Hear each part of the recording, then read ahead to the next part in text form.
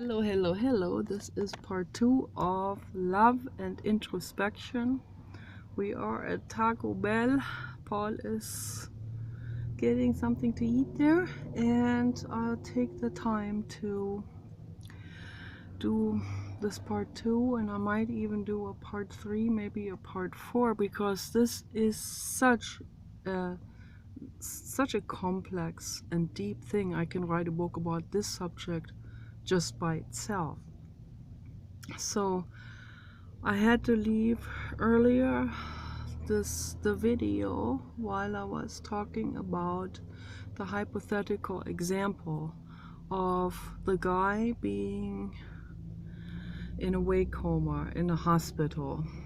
And I use this example because I wanted to, this is what I woke up with today, because I wanted to explain that I have nothing against the person, against the living being that he is, the flesh, even his brain cells, or like I said, everything was just puppeteered by his ego and his fear,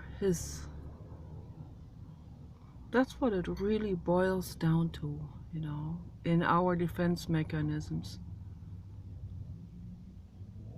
I already knew this, but I just had another insight about it, because sometimes we already know it and we talk about it endlessly, but we didn't have the depth of an insight. So, and then suddenly we reach the deeper depths of the insight. I think this is really what the bottom line is, because I've always been asking and asking, what is the reason? But talking and debating and thinking about this and researching, and why would someone be sadistic in all of these things? And as Dr. Alan W. Anderson said at Cal State San Diego to Jill Krishnamurti in the conversations about existence and self-image making, he said, I can't imagine what this might lead to, these self-image making processes. So, and that is what it leads to. It leads to that what we see in the world. What's happening in the world.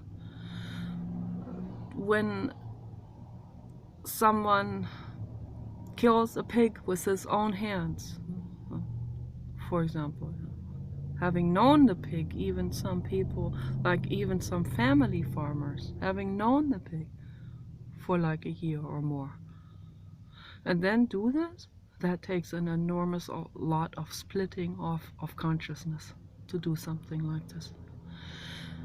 That means the person has completely knocked himself away from the here and now, and from seeing that individual for who he or she is.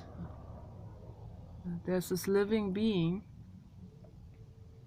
that has known him, happy to see him, he might even have petted her or him.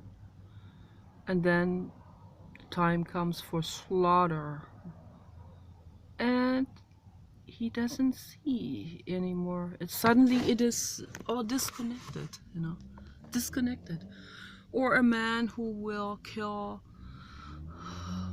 his competitor physician lady so that she doesn't get the job at the hospital and he gets it instead.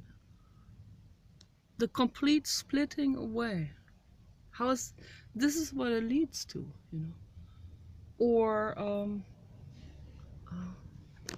we need air. Or there's so many examples out there that I can list, Like there's an endless amount of examples. I could talk about this for days. The examples alone, that actually occurred, that happened. A politician that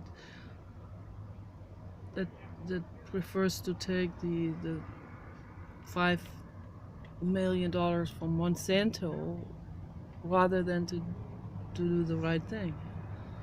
He'll take the $5 million from Monsanto and hire the CEO or one of the head people from Monsanto for the Department of Agriculture. That takes an enormous amount of splitting away of consciousness in such a position that requires a humongous amount of responsibility. But all of this is cut away. It's ignored, the responsibility. Money being paid, seductive offer they can't refuse, the consequences that this entails they are ignored in that moment. And that's why the world is in such a horrendous situation. Horrendous. I've seen it firsthand. I've talked about this many times. My husband and I have been doing very thorough environmental work, and we have seen the corruption firsthand. We have seen it even in local environmental stewardship groups. By bad apples, you can call them bad apples, but there's an awful lot of those in the world. That's what it leads to, the self-image making, and I think, as what I just realized, it must come from this fear. First of all, the terror of childhood, and the devastation, the loneliness, the lack of touch as an infant and young child, the lack of being protected, and then the self-images that are being built on top of this in order to drown that pain of childhood out, in order to make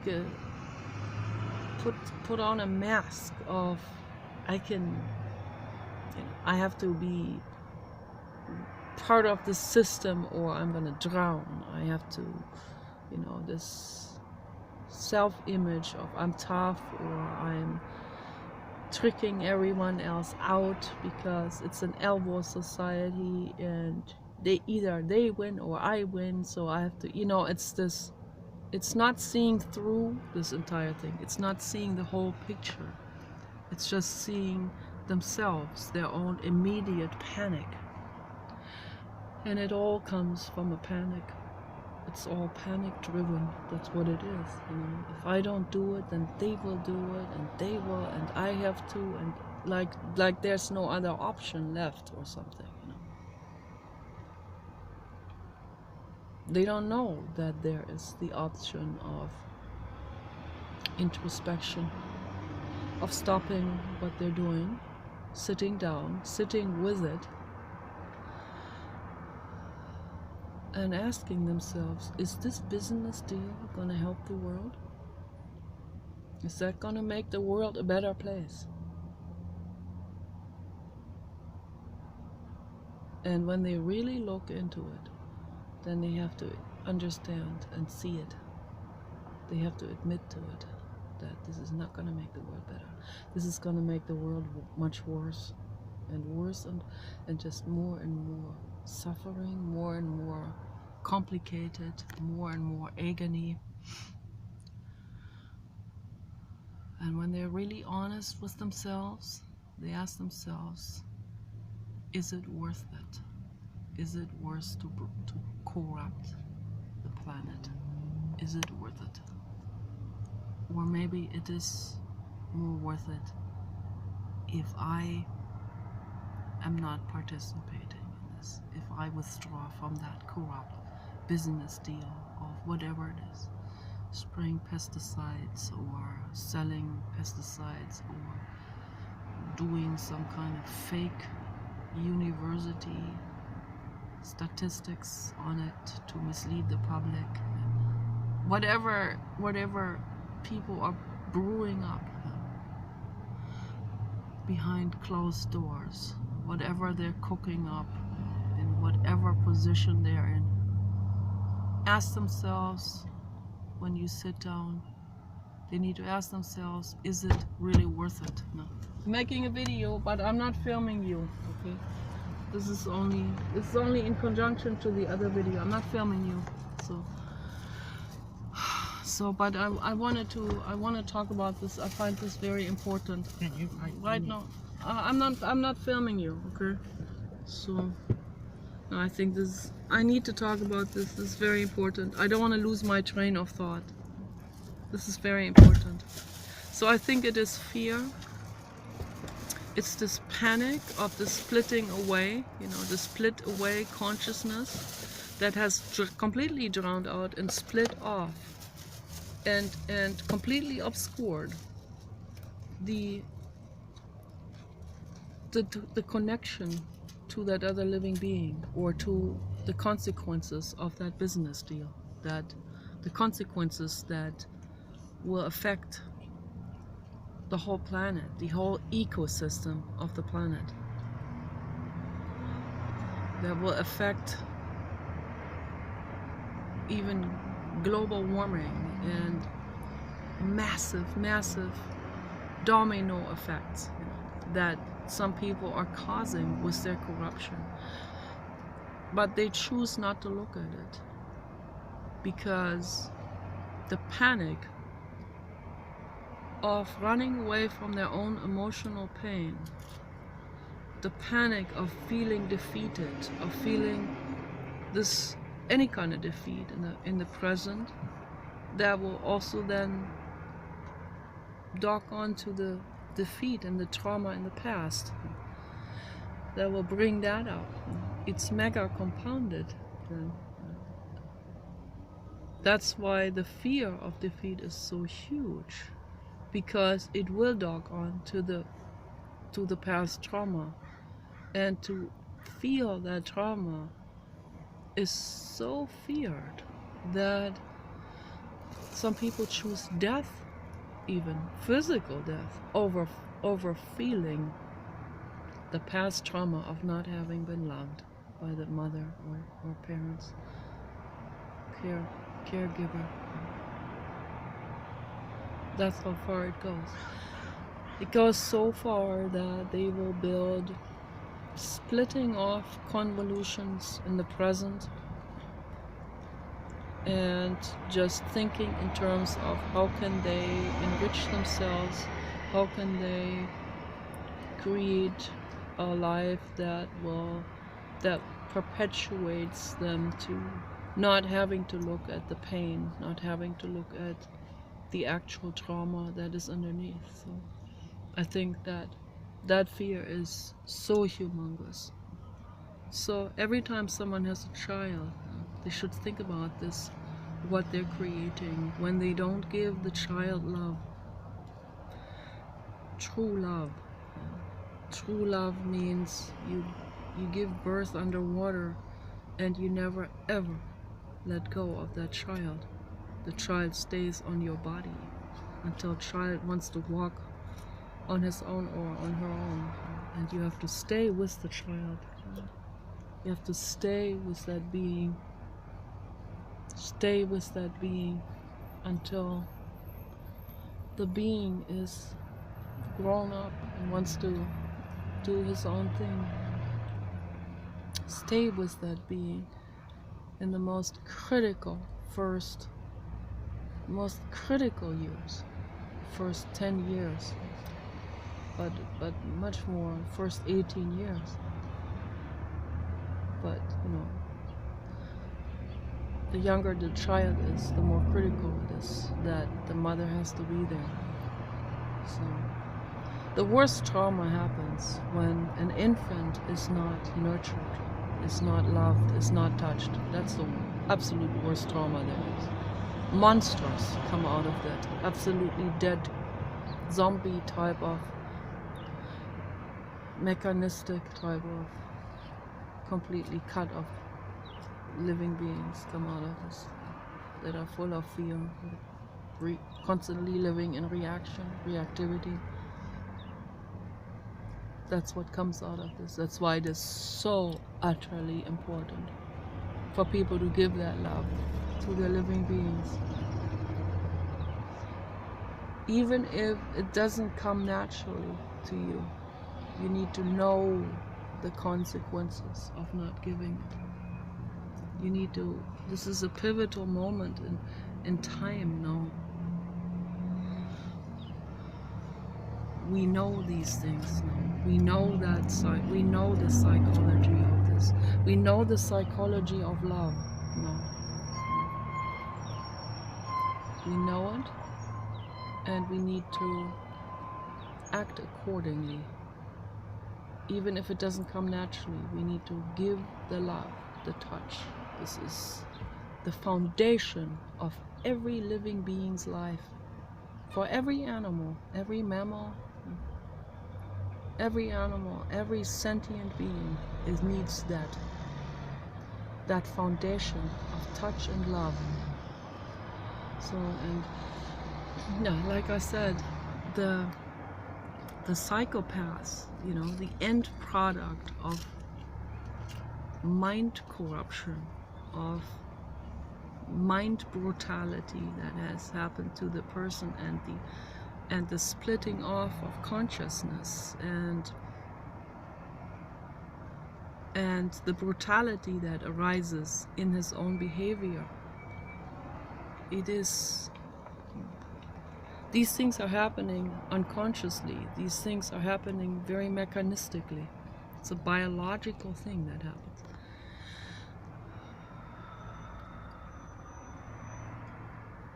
It can completely undermine the amygdala function in the brain.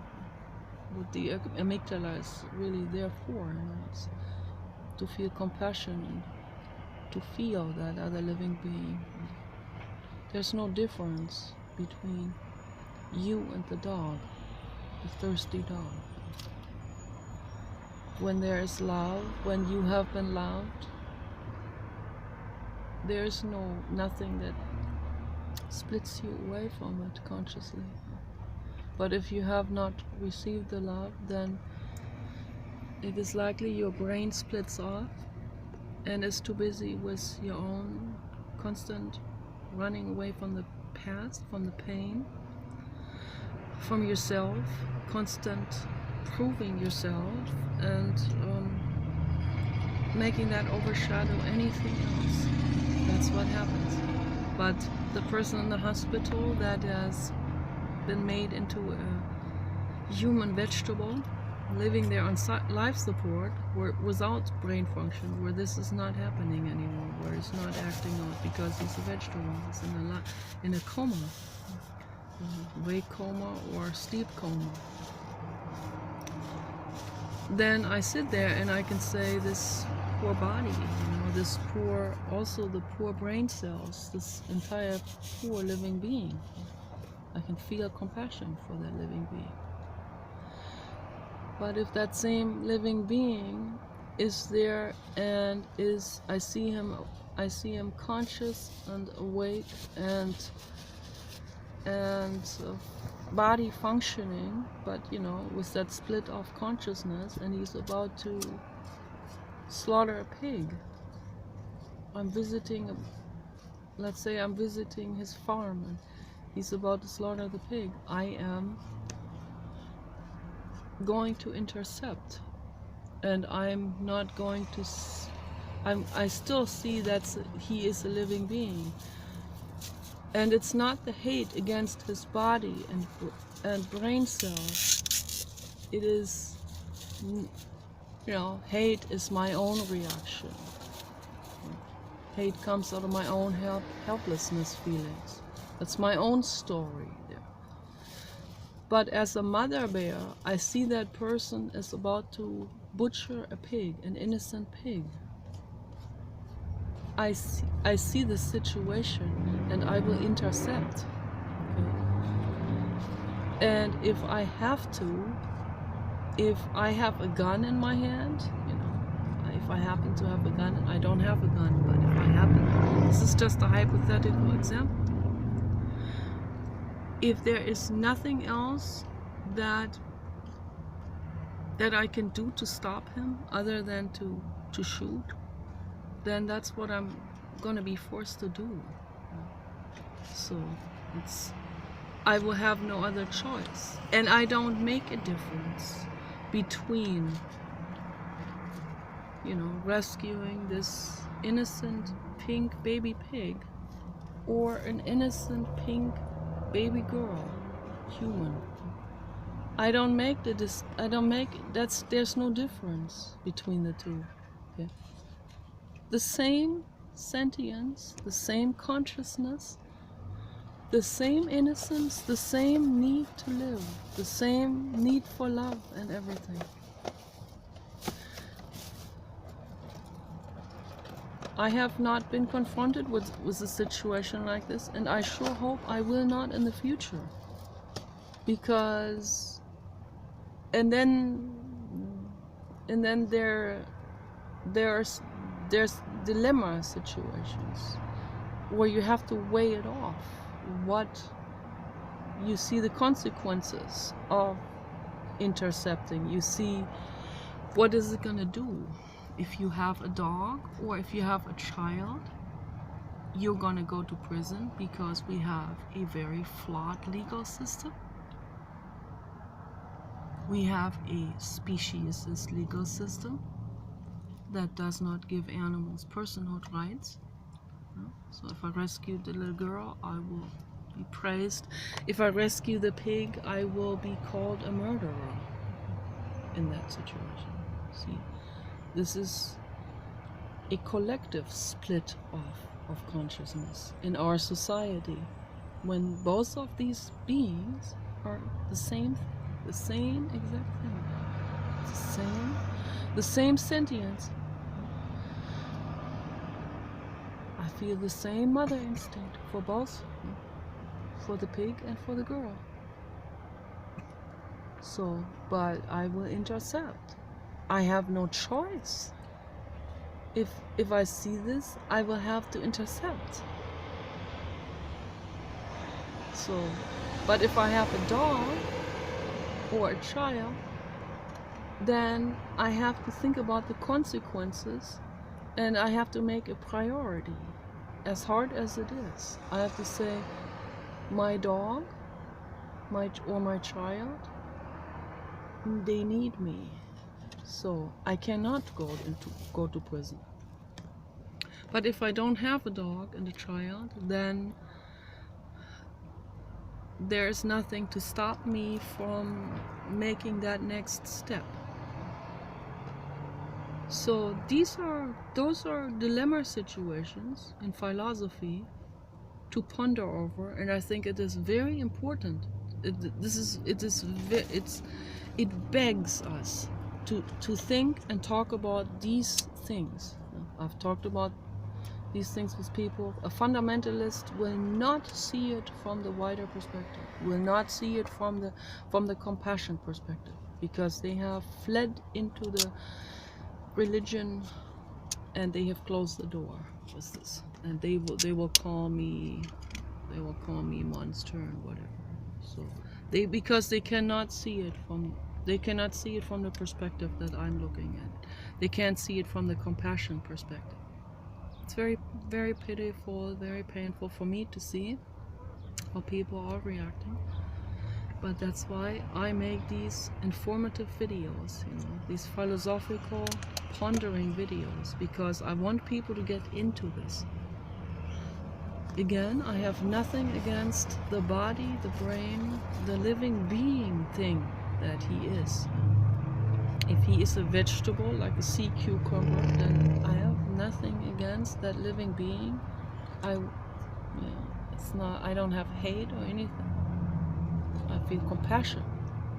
But if I see that same person active and reactive and murdering, then I see what this is, a situation. Okay, this is more than just a finger pointing. It is a situation that begs for interception. I hope I cleared this, I analyzed this out good enough for the people out there that are not on board with compassion philosophy. So for all of my friends, they know what I'm talking about, of course. I don't need to explain these things to them. But for all these other people out there that seem to have a very hard time to understand these types of things, these types of reasoning processes. So I hope that I ordered this well enough for you to see, to understand what I'm talking about. So I might make another video later. Okay, you guys take care.